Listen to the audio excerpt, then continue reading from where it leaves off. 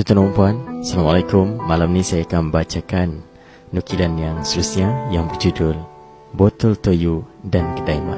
Terimalah. Jalan cepat ki, satgi kedai mat katuk. Pak pun tak boleh beli.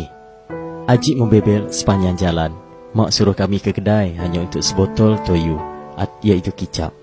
Lauk tak ada, duit pun tak ada. Nak beli pa, nak pergi tukar je. Aku menjawab. Aku membimbit 5 biji botol kicap yang kosong. Ajik juga bawa seplastik. Masa itu 10 botol kosong kicap Cak Lembu Belaga, Mat Isa Jamal, labelnya kuning. Boleh ditukar dengan sebotol kicap itu di kedai mat. Kedai Musa tak boleh. Dia tak terima, tak tahulah pasal apa. Hari sudah senja menjelang maghrib. Mat kedai akan tutup kedainya. Papan sekeping-sekeping yang bernombor 1 sampai 12 tersusun, diselang dengan pintu papan di tengahnya. Kalau pintu itu sudah tutup, alamatnya malam ni makan nasi dengan minyak bekas goreng ikan masin pula lah. Kedai mat dulu-dulu. Tugas aku seperti sudah tersurat. Selang 2 atau 3 petang, aku kena beli minyak gas. Kadang-kadang ikan atau garam. Seringkali aku ke kedai seorang. Ajik dan lain-lain sudah ada tugasan, angkut air atau cari kayu api, kerat dan simpan. Ada kalanya aku sampai waktu kedai sudah tutup. Lubang antara papan bernombor itulah tempat meninjau. Mat kedai duk buat apa, bila nak buka kedai pula. Hari sudah gelap. Saat lagi dorong ke kola dah tak nampak. Nak pergi macam mana? Hanya cahaya bulan, kalau ada, menyuluh lorong 1.5 km ke rumah. Aku mudah-madir depan kedai sambil mata meliar memahati simpang jalan, memikirkan cara untuk pulang. Intai lagi. Lampu minyak tanah meliuk lintuk atas meja. Dia tak ada.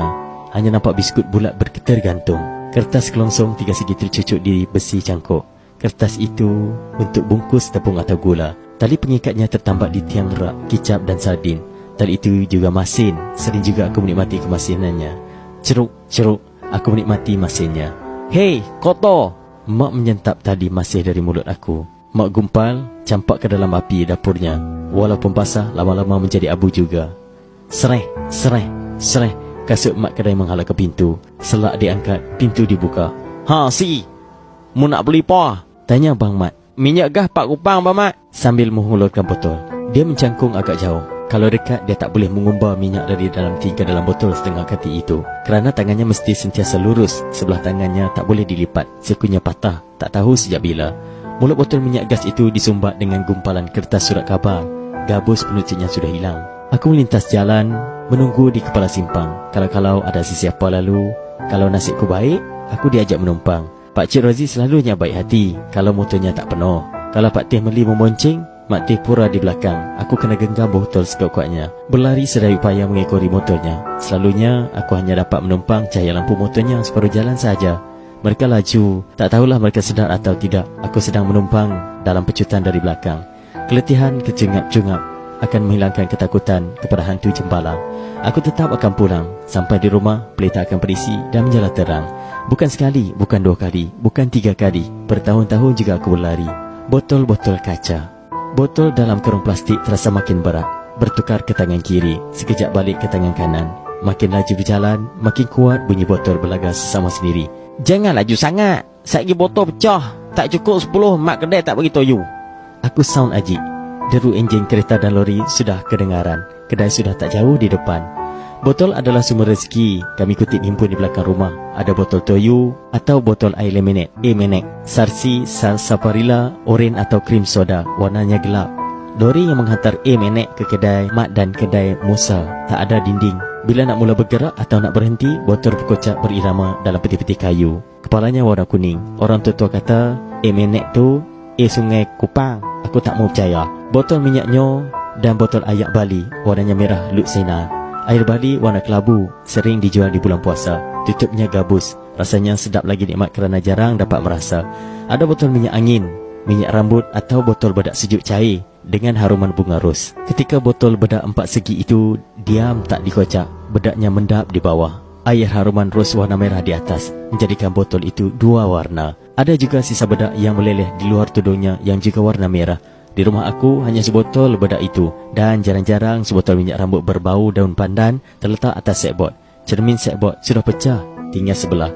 Sekbot itu berkembang dengan sekbot usang yang tiada pintu. Mak panggil biru, yang hanya ada 2 tingkat rak baju. Tingginya separas kepala aku. Deretan sebab itulah menyekat ruang dapur dan ruang tempat tidur, yang juga tempat menyembang kalau ada yang datang bertandang. Dinding rumah aku masa itu hanya separuh. Bahagian atas dinding itulah penyedai seluar, kain baju dan gebar. Kadang-kadang mak sidai bantal dan tikar mengkuang untuk dijemur. Ada tingkap yang tiada daunnya, ada dinding yang tercabut papannya. Kami sering menanti keling botol untuk masuk ke kampung untuk mendapatkan 50 sen, 75 sen atau RM1 dari botol yang terhimpun. Takkan 3 kupang saja ne? Bayarlah lebih sikit. Mak cuba memujuk keling botol untuk dapat harga lebih baik pada suatu hari. Tak bolehlah makcik, ini harga sudah banyak bagus. Ini botol 4 segi tak laku, lagi kecil lagi. Botol bedak mak. Saya mau besar-besar, cantik-cantik, boleh kasih lebih sikit? Adik, lagi ada kah? Dia bertanya. Aku lari ke belakang rumah. Ajik berlari ke lau ayam, meranduk acar, menyelak guni dan sabun. Kalau-kalau ada yang terselit tersembunyi, merapat muka ke tanah, mengendap di bawah para kayu. Tak ada, hanya tahi ayam, debu dan hama. Atas rumah tak ada dah kah mak? Aku mencuba kalau-kalau ada yang terselit di hujung para.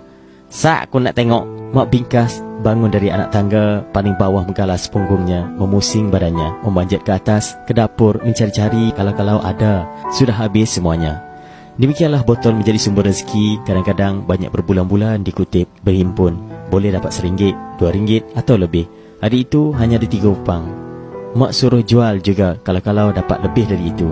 Lepas dikira kelting-keltang, botol belaga terhimpun di kaki Aneh yang terbongkok-bongkok. Aneh menyusun botol dalam guninya yang sudah hitam. Susunannya bersang-seli, rapi dan kemas. Guni bulat itu sudah menjadi 4 segi. Kalau penuh, dijahit mulut guni dengan tali rapia diletak atas carrier di belakang motornya. Kalau belum penuh, diletak dalam raga di depannya. Lagi kalau ada, adik, 2 bulan, 3 bulan saya lagi mari.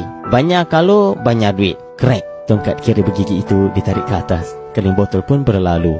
Aku rasa macam kena tipu. Tersasul. Sampai juga ke kedai. Ajik kalut-kalut masuk dulu. Aku berhenti di buka pintu. Botolnya dilepaskan di kaki aku. Bamak, toyu sebotol, lemu cap laga. Ajik tersasul, terkali bahasa. Aku ketawa. Bamak ketawa. Hah? Mu kata apa? Bamak tanya semula, mengusik. Lemu cap laga. Ajik mengulang sasulnya. Aku terus ketawa. Weh Ji, cap lemu belaga, bukan lemu cap belaga. Apalah. Aku mengulang sambil ketawa tersembur. Ajik bela tersipu terpinga, baru sedar sasulnya. Bamak berjalan ke rak kayu masih ketawa. Nah, toyu, lemu cap belaga. 1 kupang. Bang Mat hulurkan pada Ajik. Toyu saja ke lagi? Toyu saja Bang Mat. Ni pun kami nak tukar aja. Botol kosong ada kat si di luar. Cukup sebelum teh semua. Bang Mat keluar ke muka pintu. Tempatku tercegat berdiri, membongkok dan mengira. Ha, okey. Kami lega, terus berpaling pergi. Tak berani menoleh lagi, ada rasa yang tersembunyi. Ajik tinggalkan botolnya di luar, masuk kelam kabut, lalu tersasul. Aku hanya setakat tercegat di muka pintu, dengan botol di tangan dan di kaki. Tak teringin pun untuk melangkah masuk ke kedai. Sebenarnya ada rasa yang terbuku di hati. Rasa bimbang, segan, takut, malu-malu. Mana tahu, takut-takut tukaran botol dengan toyu tak laku lagi. Melepaslah rezeki yang disandar pada botol kosong, botol-botol toyu. Kami berjalan, kadang berlari. Ajik menggenggam sebotol toyu di tangan. Malam itu nasi kami terasa lemak dan masin. Sedapnya terkemam dalam rongga mulut, bagai terasa sampai hari ini. Gitulah, toyu cap lembu belaga ini tak asing dengan kami anak Kedah. Kisah joy botol kosong pun kami pernah laluinya. Itulah dia tuan-tuan dan puan, kisah kita sebentar tadi, nukilan daripada Yang Mak Berhormat Datuk Seri Muhammad Sanusi bin Mak Nur. Terima kasih.